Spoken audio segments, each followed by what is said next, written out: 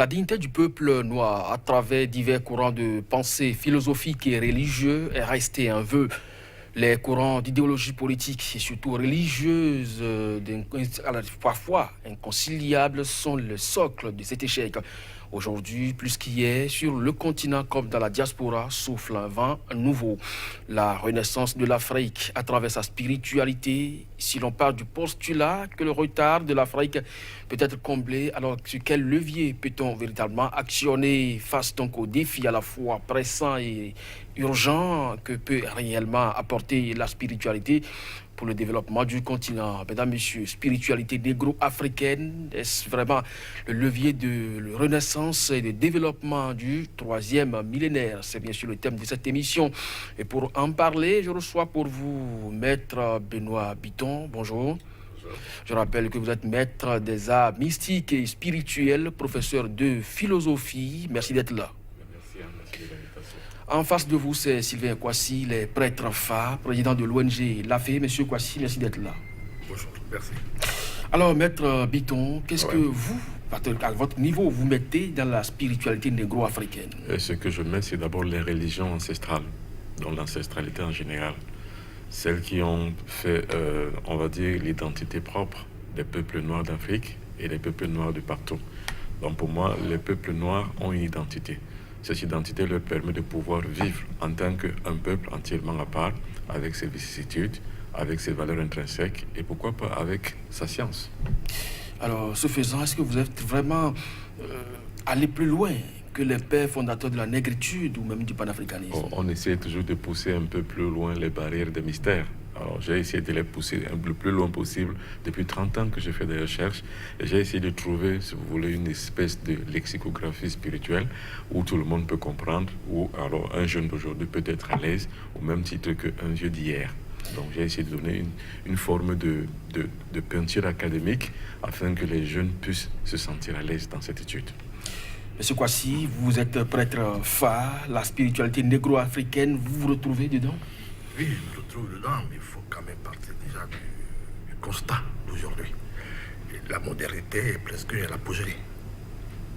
Le système s'effondre, le système économique, politique, social. Même les religions se font effondrer, c'est l'échec de Rome. L'islam aussi. Aujourd'hui, le Corona, c'est là que Dieu ne répond pas à leurs appels. Mais quand même ça, l'Église catholique, quand même, par le pape déjà en 1914, pendant son ordination, Jean-Paul II lance l'appel à la spiritualité africaine, en demandant à l'humanité d'aller à l'espérance. On ne l'a pas suivi. Tout à l'heure, on va en parler. Benoît XVI est venu après confirmer la thèse que c'est important d'aller à l'espérance, à la tradition africaine, en nommant le pape, le jeune prêtre Adukono, comme secrétaire d'État à la culture au Vatican, qui a déclaré déjà que la cabasse fermée, symbole vaudou, est l'Eucharistie, le Christ. C'est important. François est venu lancer l'appel à l'humanité, que c'est important. Dans sa lettre apostolique, il demandait à la famille, à la femme du monde, il faut ce principe sacré qui est Amoris Laetitia. L'amour et Laetitia. L'amour et Laetitia est égal à l'amour et sagesse. Donc on revient à la philosophie antique de la tradition noire. C'est une philosophie qui a pour principe que l'homme a l'obligation de se connaître. Pour se connaître, l'homme est obligé d'aller à la révélation. La révélation, c'est l'oracle. Donc déjà, Socrate invitait le peuple laine à aller déjà à l'oracle déjà. Donc tous ces enfants sont venus chercher déjà à aller à l'oracle qui permet à l'homme d'interpeller Dieu, d'interroger Dieu. C'est pas la religion, c'est une quête spirituelle. Parce que ce cheminement est individuel. Alors, aller à l'espérance, un appel papal, est-ce que cela vous reconforte en tant qu'Africain? Bien entendu, ça veut dire que nous rentrons maintenant dans le domaine des complexités et non plus dans le domaine des rationalités religieuses. Ça, c'est la complexité maintenant. Ça veut dire que tout peuple a sa spécificité, comme disait Maître Sylvain Kouassi. C'est-à-dire qu'on retourne maintenant à l'oracle, donc à la connaissance véritable et pure, qui permet qu'on puisse rencontrer Dieu. Et comme il dit, finalement, c'est un cheminement qui est tout à fait personnel, individuel, et pourquoi pas à l'échelle aussi maintenant tribale, ou à l'échelle continentale, ou à l'échelle raciale, ou à l'échelle humanitaire, ou à l'échelle universelle. Alors, qu'est-ce que cela a à voir avec le développement, quand on sait très bien que le développement, c'est le travail, c'est le service que l'on rend, qui est payé, et donc le développement, c'est les bases qui sont établies, non pas les Africains forcément, mais ceux qui le leur ont imposé. Alors, qu'est-ce que la spiritualité a à voir avec le développement ou à apporter au développement en Afrique? Oui, parce qu'il faut déjà savoir que pour qu'un peuple se développe, il faut d'abord qu'il s'appuie sur sa véritable science, c'est-à-dire la véritable religion qui est la sienne. Et je veux bien exclure le mot religion pour parler de quête spirituelle, parce que la quête spirituelle permet qu'un individu puisse retrouver forcément la connaissance. Et cette connaissance qui lui permettra forcément d'entrer dans une nouvelle science, qui lui permet de pouvoir trouver les acquis extérieurs qui lui permettront de mieux vivre dans un monde aussi dangereux que le nôtre. Donc on va dire que si nous, négro-africains, nous retrouvons notre valeur intrinsèque, c'est-à-dire que notre spiritualité qui est notre science, nous pourrons donc arriver, pourquoi pas, in fine, et au développement, et avec le développement anthropologique qui est propre à chaque peuple, nous allons donc découvrir que nous avons beaucoup de sciences à développer et nous aboutirons forcément au développement de notre environnement immédiat. Est-ce que tout ça n'est pas rien que des mots? Tout à fait. Et c'est pour ça que j'admire les prêtres comme Sylvain Kouassi, qui connaît bien sa logique, qui maîtrise bien la démarche, toute académique, toute intellectuelle, toute scientifique, qui peut donc arriver à aboutir à la transmission d'une génération qui peut s'en servir pour pouvoir se développer. Parce qu'en fait, il faut savoir qu'il faut d'abord partir des faits, il faut partir d'une pratique, il faut partir des réalités afin de pouvoir aboutir maintenant, pourquoi pas, aux applications des découvertes qu'on aurait trouvées. Monsieur Kouassi, sur ce plateau, vous l'avez déjà dit une fois, il n'y a que le travail qui libère l'homme, il n'y a que le service que l'on rend et qui permet donc de se développer. Est-ce qu'avec la spiritualité aujourd'hui, l'Afrique peut apporter quelque chose au développement? Oui, c'est développé. C'est pas le travail et le service, mais l'Afrique a besoin du génie. C'est le génie qui crée. Le génie est la pensée créatrice. Et les Blancs se sont appropriés des génies des Africains. Comment ça? Depuis des siècles passés. Parce que aujourd'hui, tout ce qui est breveté depuis le 19e siècle par l'Europe, c'est que les découvertes des hommes africains, les découvertes de l'Espantil, des quelques pays rares de l'Afrique où les gens étaient déjà savants. Aujourd'hui, l'Africain, on n'a plus cette école du savant. Sauf qu'on parle des génies, aujourd'hui, on n'en trouve plus. Les Blancs ont gardé les écoles des arts et métiers où le génie est toujours en train de le savoir à quelques élèves privilégiés dans les grandes écoles. Et tout le monde n'a pas accès à ces écoles. Malgré qu'en temps, le président Houphouët-Boigny a fait beaucoup d'efforts en misant beaucoup de milliards sur l'éducation des Ivoiriens pour aller acquérir cette connaissance, heureusement ce savoir, et qui permettra à la Côte d'Ivoire d'aller vers le génie. Mais pas malheur, à retour des jeunes, des jeunes au retour de la Côte d'Ivoire, le peuple, Houphouët a accompli qu'ils étaient partis au fait pour le savoir, pas pour la connaissance qui donne le jeu de génie qui était resté dans la tradition, dans les cadres des ancêtres. Mais c'est aujourd'hui les Blancs ont proposé le transfert de la technologie qu'il faut rejeter, que la chaîne a pris. Vous ne comprenez pas pourquoi nos enfants ne peuvent pas créer. C'est ça le problème aujourd'hui. C'est ça que nous proposons aujourd'hui par la tradition ésotérique de l'Afrique. La spiritualité africaine, c'est vrai, mais il faut penser à l'univers. C'est un principe simple de la cosmonomie. Cosmos, c'est l'univers. Nomie, c'est des lois. Les lois de l'univers. Les lois qui gouvernent l'univers. C'est le concept même de la tradition africaine. Tout à fait. Et quand on parle de loi, on ne parle pas des lois de ce monde. Non. Nous parlons des lois en tant que loi. Les lois de la nature. Les lois de la nature, mais les lois, c'est les étoiles. Les étoiles, les 7 étoiles qui gouvernent l'univers. Et dans cette cosmonomie de l'Afrique, déjà, il y a le macrocosme. L'univers universel. Et là, le microcosme, l'univers humain. Et dans l'univers du on a une partie qu'on appelle le subconscient. Dans ce subconscient, elle est l'intelligence universelle déjà, qui est l'étoile. Donc, l'Afrique déjà nous propose à chaque individu d'aller vers son étoile, d'aller dans le cadre pour trouver son étoile. Son étoile, c'est quoi? C'est le Dieu en lui. Et c'est ce Dieu qui est le génie, qui est le savant. Et il y a une démarche que le femme met à notre disposition pour trouver l'étoile et comment le vivre. C'est ça la vraie spiritualité africaine. D'accord, excusez-moi si je peux enjoindre le pas et ajouter un peu d'eau à son moulin, c'est-à-dire que si ça se fait à l'échelle individuelle, par exemple, on prend un exemple, nos génies ou alors nos grands intellectuels qui sortent des grandes écoles, s'ils arrivent chacun à son propre génie, c'est ce qu'il veut dire. J'ai renchéri simplement. Si chacun arrive à son propre génie, à l'échelle individuelle, maintenant à l'échelle collective, parce que les grandes sociétés sont organisées de telle manière qu'on met les génies ensemble et on les fait prospérer ensemble. C'est-à-dire, si donc à l'échelle maintenant d'une grande collectivité du monde de génie, de grands intellectuels, de ceux qui ont fait des grandes études, alors s'ils arrivent donc à trouver leur propre génie à l'échelle collective, on peut arriver à l'inventivité, à l'invention et puis au développement. Alors, Maître Bitton, mettre donc les grands génies ensemble. Est-ce qu'aujourd'hui, vous avez l'impression, 30 ans de recherche après, que les décideurs vous suivent dans votre démarche? Non, pas du tout. Parce que j'en parlais dernièrement avec M. Kouassi. Tout à l'heure, même en off, on en a parlé. Nous avons 3 défis. D'abord, le défi de la reconnaissance. C'est le premier défi. Le deuxième défi, c'est le défi... Reconnaissance par qui? Mais reconnaissance par la tête pensante, par l'élite pensante. Également, qui nous gouverne. Également aussi, nous avons un deuxième défi, c'est la communication. C'est-à-dire qu'avoir, si vous voulez, des instances de communication. Et là, d'ailleurs, même, je loue beaucoup la magnanimité de CK TV, qui prend le temps et qui prend le pas sur lui de pouvoir mettre en place une structure comme celle-ci. Un média et puis une structure de communication et d'information comme celle-ci, comme votre émission ici et ailleurs. Et également, maintenant, il va falloir aussi, troisièmement, pouvoir mettre en place des applicabilités. C'est-à-dire que des moyens technologiques, des moyens techniques, pourquoi pas, des moyens de conservation et des moyens de vulgarisation aussi, qui nous permettront de pouvoir mettre en place ces structures dont nous parlons. Ça va prendre beaucoup de temps, M. Kouassi. Tout ce qui est élaboré aujourd'hui comme curricula de formation, depuis l'école de base jusqu'à l'université, est-ce que vous pensez que tout ça permet à l'Africain de se retrouver dans votre vision? Non. Le savoir qui est donné aujourd'hui dans nos écoles, universités, en Europe, partout, c'est un savoir. Et le savoir provient de la mort. La société africaine l'a nommé Goût. Goût a comme le goût qui donne le savoir à ce monde. Le savoir que Goût donne finit à la mort. Là, aujourd'hui, tout ce que nous faisons, tout finit à la mort. Nos académiciens finissent à la mort, malgré son désibordel, c'est que le nom qui porte.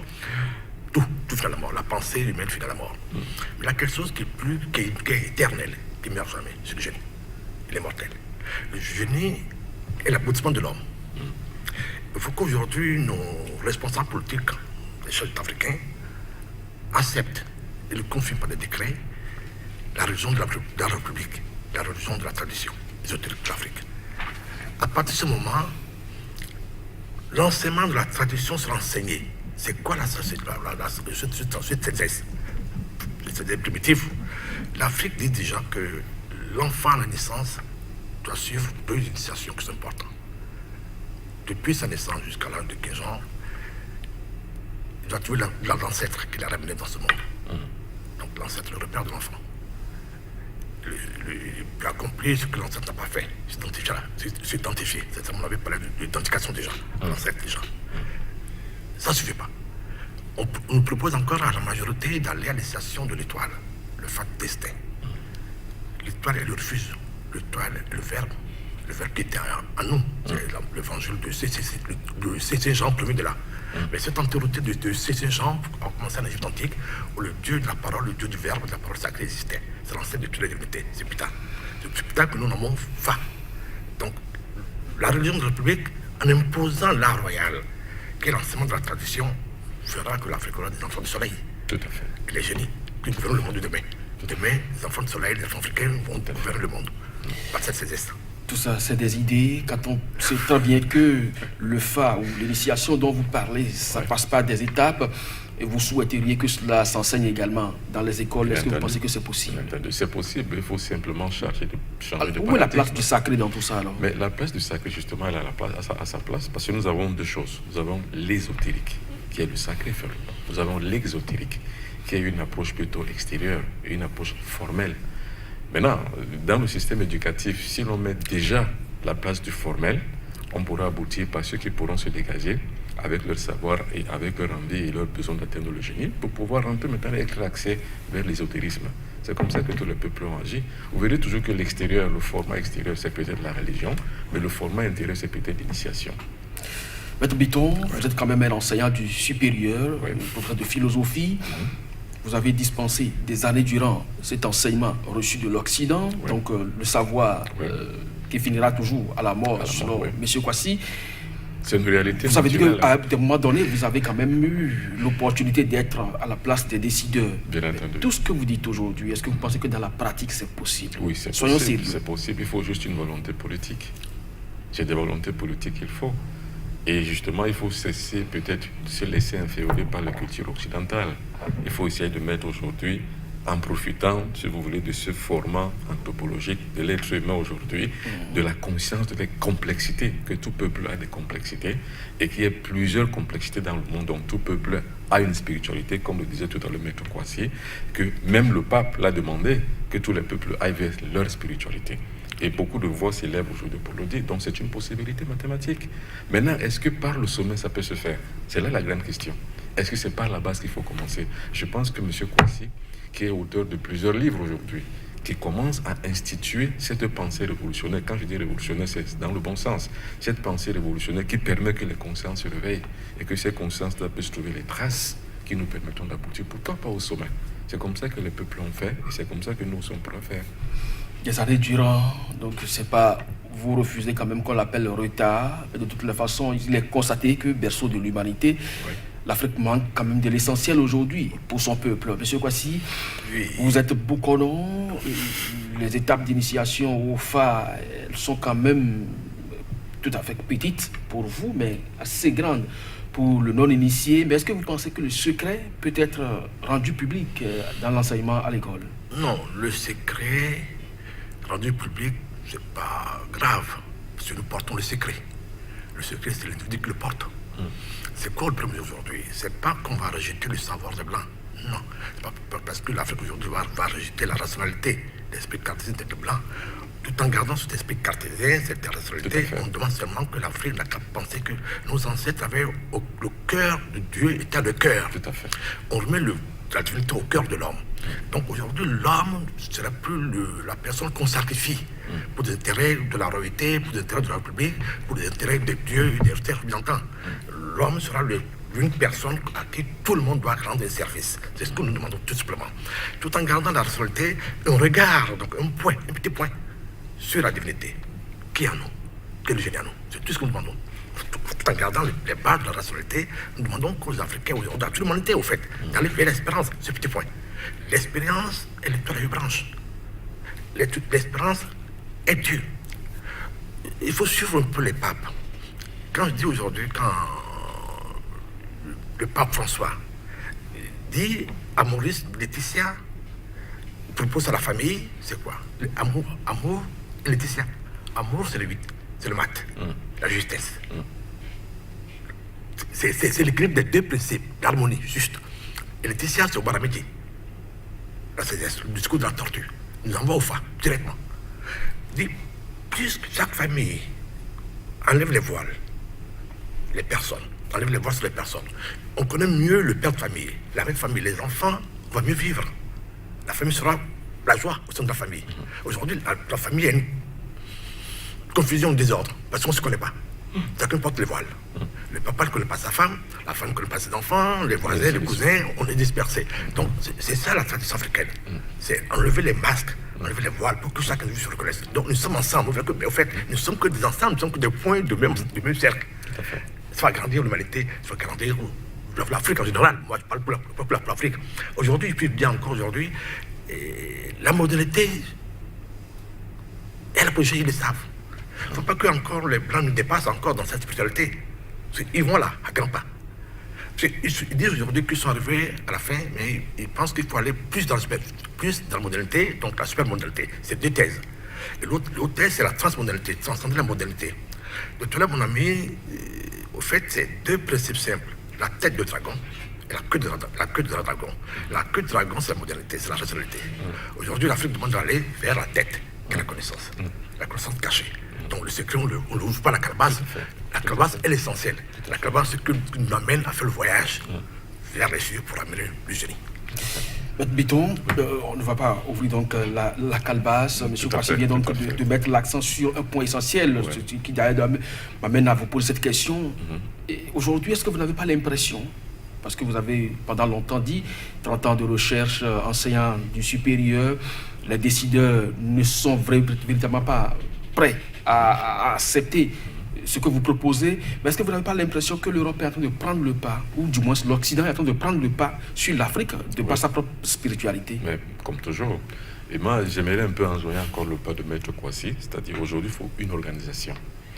Une organisation, on va dire peut-être morphogénétique, c'est-à-dire que dans nos gènes et dans ce que nous sommes, dans ce que nous représentons, que nous puissions nous organiser, de telle sorte que le Béninois se sente mieux au Cameroun, le Camerounais se sente mieux au Bénin, un peu comme le Belge se sent mieux en France, un peu comme le Français se sent mieux en Allemagne, un peu comme l'Allemagne se sent mieux peut-être, je ne sais pas où. Alors, donc il faut cette organisation. Tendez vers l'idée des pères fondateurs de l'OUA, devenu l'UA aujourd'hui? Non, pas forcément, pas sur ce volet-là. Ça, c'est le volet politique. D'accord. Mais nous parlons du volet des peuples. Parce que l'OUA, tout comme de la communauté européenne, c'est pas pour les peuples forcément, c'est pour les grands intérêts. Mais maintenant, c'est ce qu'on appelle l'Afrique des peuples. C'est de ça que je parle. C'est cette organisation qu'il faut aujourd'hui, afin de pouvoir créer donc cette plateforme commune qui nous permettra de pouvoir avancer ensemble, un peu comme les lions. Aucun lion ne combattrait ou bien ne chasserait seul. C'est toute la meute qui combat ensemble. C'est cette organisation qu'il faut. C'est la famille. C'est la famille. C'est le génie, la famille. Et puis en Afrique, c'est comme ça. On mange ensemble, on va à la chasse ensemble, on va à la pêche ensemble. Et les fruits des récoltes, on se les partage ensemble. Il faut que cela puisse se faire également aussi à l'échelle sociale, à l'échelle spirituelle, à l'échelle socio-culturelle.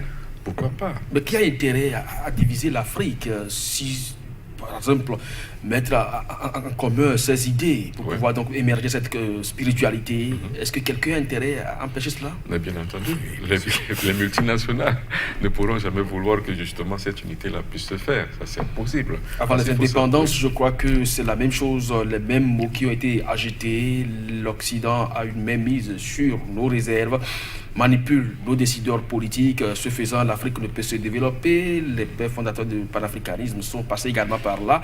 Si vous tenez le même discours, est-ce que 50 ans après, on ne va pas se retrouver sur ce même plateau par la grâce de Dieu pour dire toujours que du fait de la division depuis l'extérieur, l'Afrique n'a pas pu émerger de par sa spiritualité? Non. Si vous écoutez bien Maître Kouassi, ce n'est pas véritablement ce qu'on veut dire. Parce qu'on n'a pas un discours victimiste.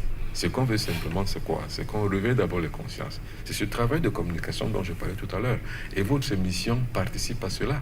Parce que cette émission que nous faisons, vous ne savez pas l'impact que c'est qu'il a. Moi, je l'ai découvert au Cameroun, cette émission.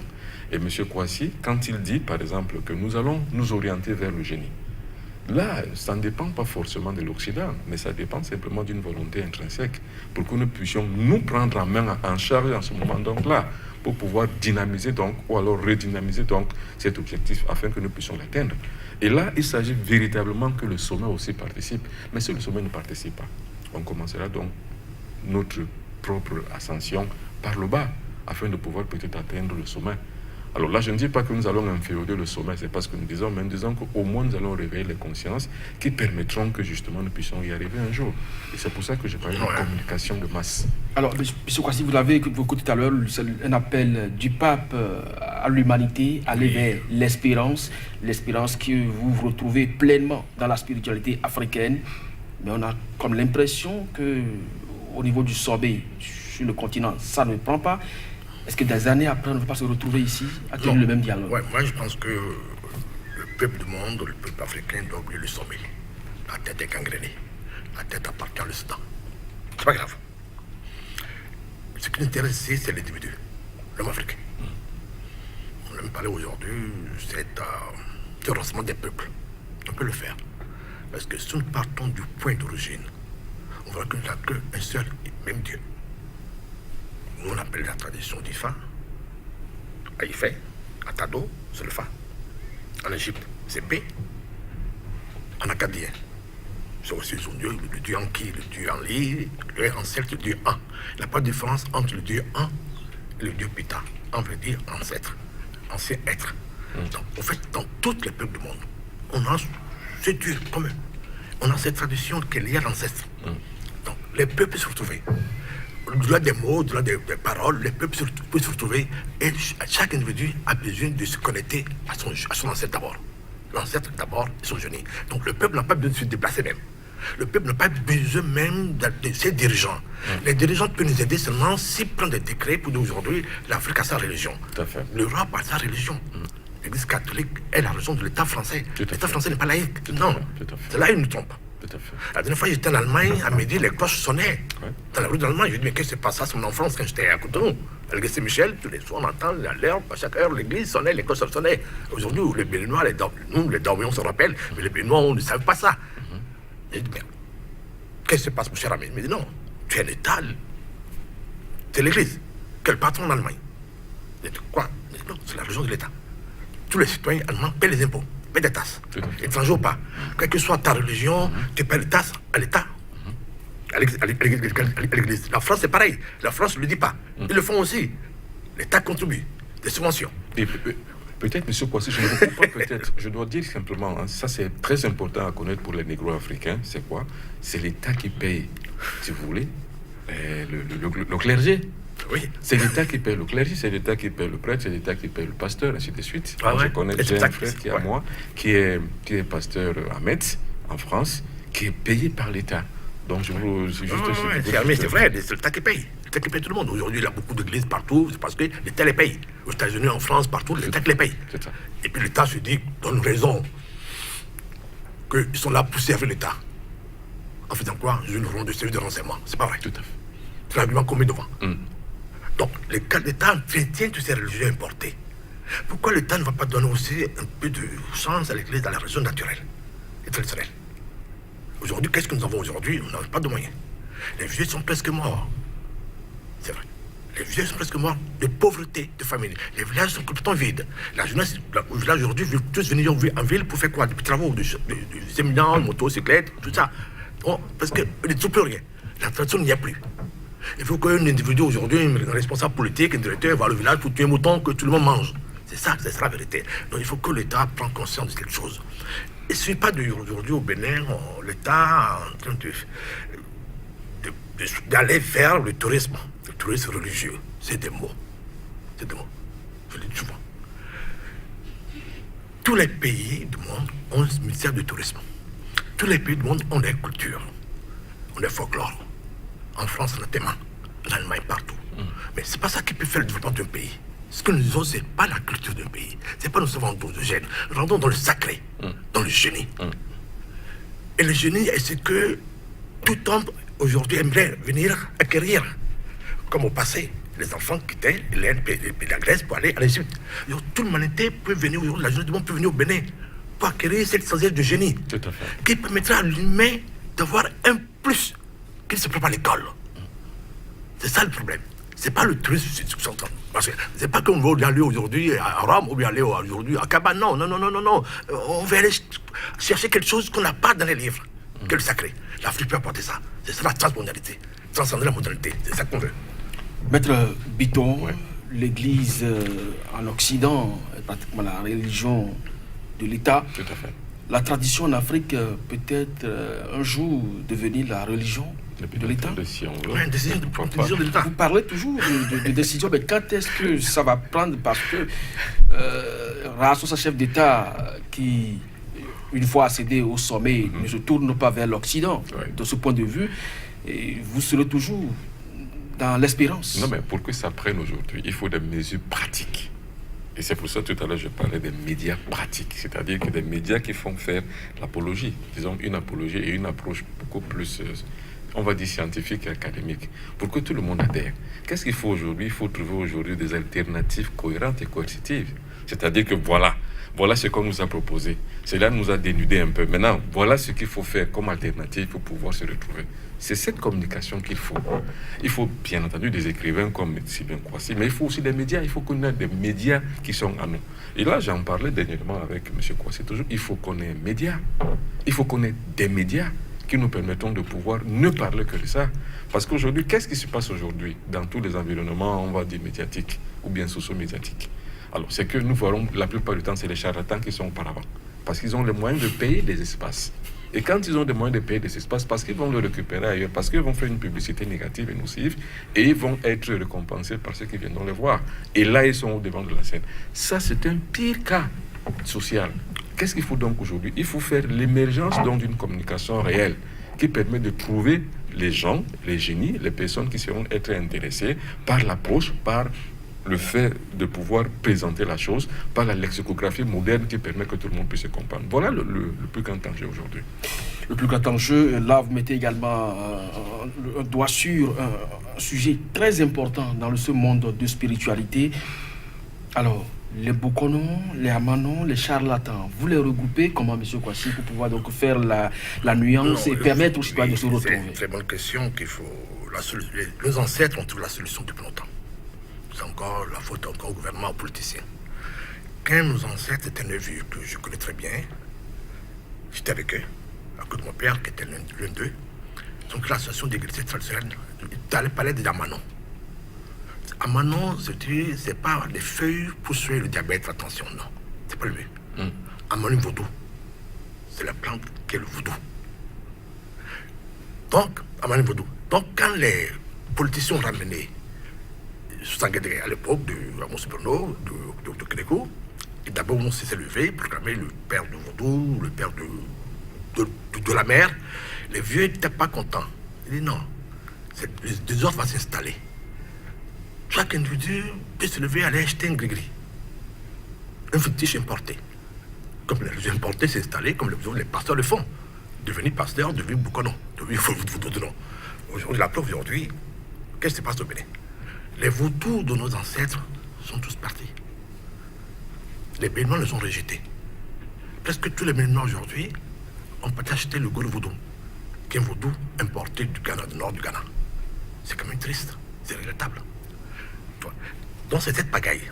Je reviens à autre chose. On a mis plein de la communication, c'est vrai, c'est important la communication. Aujourd'hui en Europe, en France, on peut recenser jusqu'à ce moment plus de 400 000 livres sur le tarot, de la sagesse de leurs ancêtres. La Kabbale, c'est pareil. Et tous les Africains achètent le livre de la Kabbale. Tout à fait. Tous les Africains. Moi, ça fait quand même 17 ans que j'ai sorti la centrafricité, qui est la sagesse d'Ifa. Je n'ai sorti que 1000. J'ai encore des cartons à la maison. 1000. C'est ça le problème. C'est ça. Et tu dois quelque chose d'important. Donc, si les Africains nous-mêmes ne sortons pas le livre, comment on va aller vers cette sagesse africaine? Tout à fait. Aujourd'hui, il y a beaucoup de gens qui parlent du Fa. Il y a des ministres du gouvernement qui parlent du Fa. On enseigne le Fa, mais aux élèves. Qu'est-ce qu'on enseigne? Il y a le Fa et le Fa. Il a le Fa de l'élite des Bokono. Il a le Fa des charlatans. Tout à fait. Moi, Poel déjà réglé ce problème, déjà. Tout à fait. En 56, dans sa thèse. C'est quand même grave. Quand je laisse le jeune, on m'appelle déjà, Monseigneur Sessou, c'est un prêtre, qui est de Saouda, écrit une thèse en 56-57. Une nouvelle religion en Afrique occidentale depuis le gros vaudou. 56-57. Qu'est-ce qu'on voit aujourd'hui? Le gros vaudou est encore là partout dans les cases, partout dans les lieux de Cotonou. Qui sont membres du gros vaudou? C'est nos responsables politiques. Tu vois? Donc la pagaille, il faut qu'on arrête un jour. Alors, et ça, c'est nos dirigeants qui perdent cette pagaille. Nettoyer l'écurie, est-ce que c'est la même chose que vous ressentez dans votre pays, au Cameroun? Bien entendu, il n'y a que des charlatans partout. Partout. Moi, la religion de ma tradition, donc de ma tribalité, donc de ma tribu, je suis de la tribu Bassa, la religion c'est le Mbok. Or, aujourd'hui, on achète le Mbok, c'est-à-dire que quelqu'un qui a peut-être quelques moyens, ou bien il veut un plus dans son costard on va dire de riches, il va aller donc voir des patriarches au village qui sont un peu pauvres, il va leur amadouer avec quelques centaines de milliers de francs, et ils vont lui octroyer ça. Alors aujourd'hui, donc, il y a donc cette commercialisation, cette mercantilisation spirituelle qui a tué l'art, qui a complètement tué l'art. Or aujourd'hui, voilà M. Kouassi qui a sorti déjà jusqu'ici 11 livres, mais d'une grande profondeur impossible. Moi, j'ai eu le temps de feuilleter tout cela toute la semaine, mais c'est d'une grande importance impossible. Quels sont les réseaux de distribution? Il n'y en a pas. Non. Il faut peut-être, si TV, pour penser à lui, peut-être le faire passer un jour à une émission comme ici ailleurs, qui est la grande émission. Ça, je vous en remercie beaucoup. Mais combien alors justement vont le faire? Ils vont lui demander de l'argent, ils vont lui demander de pouvoir payer des tranches pour pouvoir faire passer la connaissance ancestrale. Mais combien de temps les chaînes de télévision mettent pour passer les musiques occidentales? Jérémy, laisse-moi dire quelque chose de très... Combien de temps ils mettent pour faire passer des musiques occidentales à longueur de journée? Vous voyez le problème? Si tu Nous me avons un permets, problème de communication, de transmission. Un jour, j'ai demandé à passer mon livre, La centrafricité, sur l'RTB, l'organe de l'État. Le responsable à l'époque m'a demandé de payer 500 000 francs pour la publicité. J'étais heurté, dit merde.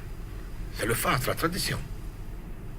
Pendant ce temps, il y avait des pasteurs à côté de lui qui demandaient la même chose. Il acceptait, il ne payait rien. Moi, qu'est-ce qu'il m'a dit, monsieur Kwasi, attendez, le jour quand le grand Boukono président, vous aurez les mêmes droits. Non, c'est ça la vérité. L'Afrique, aujourd'hui, n'est pas en retard. L'Afrique est en retard de sa gestion politique, de ces individus qui sont au pouvoir. Tout à fait. Et l'Afrique doit faire l'effort d'être humble, d'être moins cupide. C'est vrai. Les Blancs, quel que soit ce qu'ils disent, ils sont humanistes, entre eux-mêmes. L'Europe, la France, tous ces pays pensent à demain. La nouvelle génération, demain. Demain, c'est important. Et le nom de Dieu qui est important, c'est demain. C'est demain. Dieu, son nom, c'est demain. Et Dieu nous dit, souvenirs, rappelez-vous.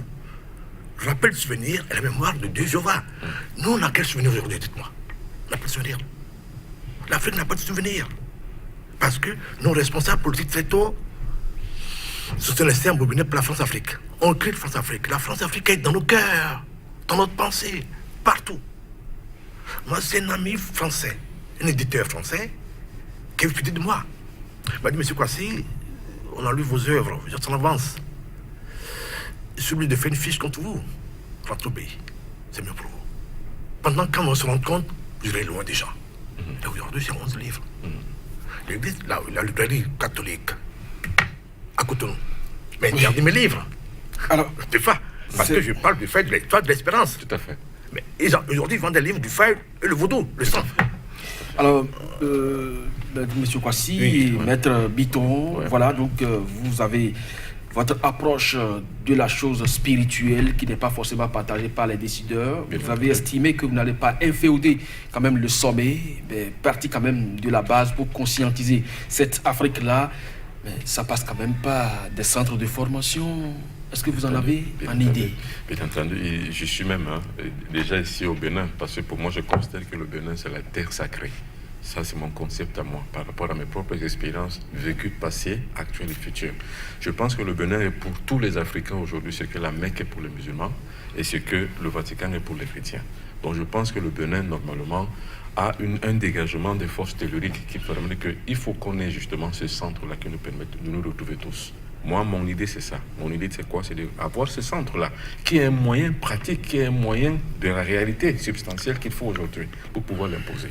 Au Cameroun, chez moi, je suis promoteur d'une chaîne de télévision, Carrefour TV, qui permet justement la propension et puis également aussi la vulgarisation de la spiritualité négro-africaine.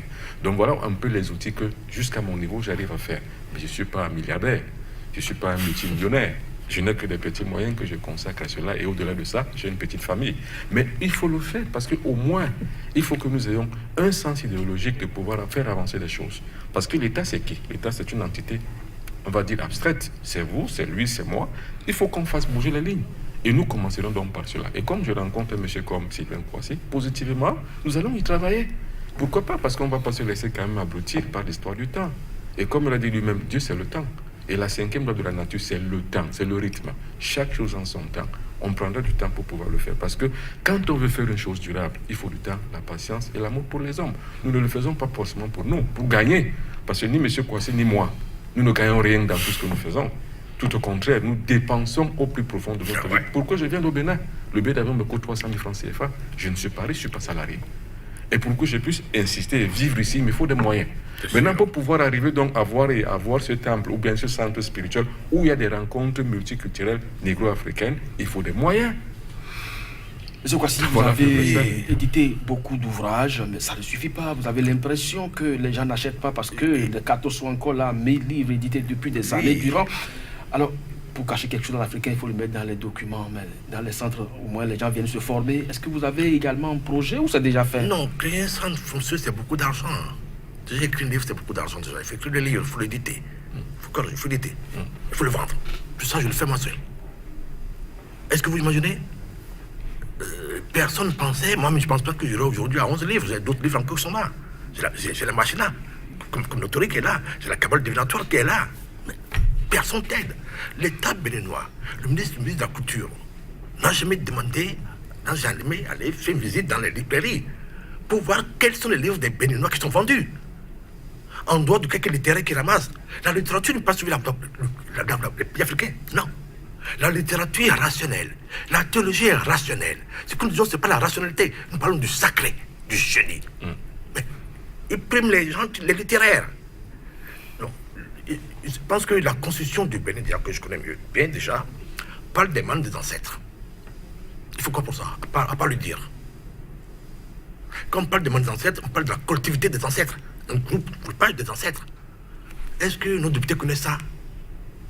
Est-ce que nos députés peuvent prendre aujourd'hui un décret par rapport à ça?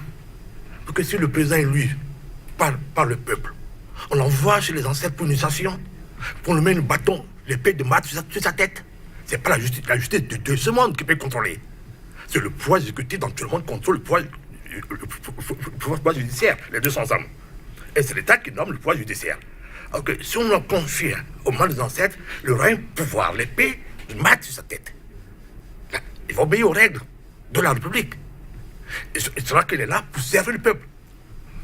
Non, il y a beaucoup de choses qu'on peut aller pour faire. L'école viendra plus tard si on trouve des bailleurs de fonds qui nous aident. Le projet existe. On a même fait des projets avec Personnam GDB8, avec on a contacté avec la mairie d'Abomey à l'époque pour créer une temple de l'oracle à Abomey. Pourquoi le site Abomey? Parce qu'on a fait le lien avec l'oracle, avec le FAC que je fais aujourd'hui, avec l'ancêtre du canon du Bénin, de Dahomey, qui était l'est essentiel de Dahomey déjà, déclaré par Galais le roi. C'est Kédébé. Donc on a dit, on va faire le temple de l'oracle. Parce que la méthode du Fa de Kédébé, qu'elle possédait d'astrologie, c'est génial. C'est génial. Si tous les boucanons déjà, formez tous les boucanons déjà, les charlatans, les formez tous à cette méthode déjà, Oui. le pain est fait. Oui. Vous savez combien d'Africains aujourd'hui qui s'intéressent au Fa? Des jeunes Ivoiriens, des jeunes Canadiens, même des jeunes Allemands. Ils viennent me voir, ils m'appellent aujourd'hui. Parce que qu'est-ce qui nous dérangeait? J'ai fait une causerie aux enfants de l'ENIAM. Ça fait 6 mois. 6 mois. Les premières années du secrétariat. J'étais content de voir, moi, M. Kouassé et ma femme, parler du Fa. Le Fa qui est rejeté. Le Fa du vaudou, le Fa des cafards, le Fa des moutons, le Fa des tueries. Je dis non, c'est ça le Fa. Je dis oui. On dit, tous vont venir. Ils sont plus de 100. Ils sont tous partants dans le Fa. Allez au Fa. Donc, on peut, l'État béninois aujourd'hui, l'État africain peut vendre aujourd'hui leur tradition à l'humanité. On peut le vendre. On peut l'enseigner. Les peuples ont besoin de ça. L'Occident a besoin de ça. Le pape l'a dit. Allons en Afrique. Ouais. Alors, Maître Bitton, on a fini cette émission. Votre dernier mot? Mon dernier mot, c'est quoi? C'est de créer des organisations, c'est-à-dire une nouvelle organisation de la diffusion de notre information. Ouais. Parce que seule l'information va transformer l'Africain. Alors, une information, soit elle déforme, soit elle transforme. Alors, nous créons donc maintenant des couloirs de transformation des individus des négro-africains afin d'atteindre, comme le dit mon ami Sylvain Kouassi, le génie, la connaissance, la lumière. Et c'est cette lumière-là que j'irai donc pour une Afrique de demain. Merci donc à vous, M. Kouassi, en 30 secondes. Oui, le génie comprend le génie, ceux qui ne comprennent pas, le génie aussi c'est l'empathie. L'empathie spirituelle, l'empathie matérielle, le ressenti de l'autre.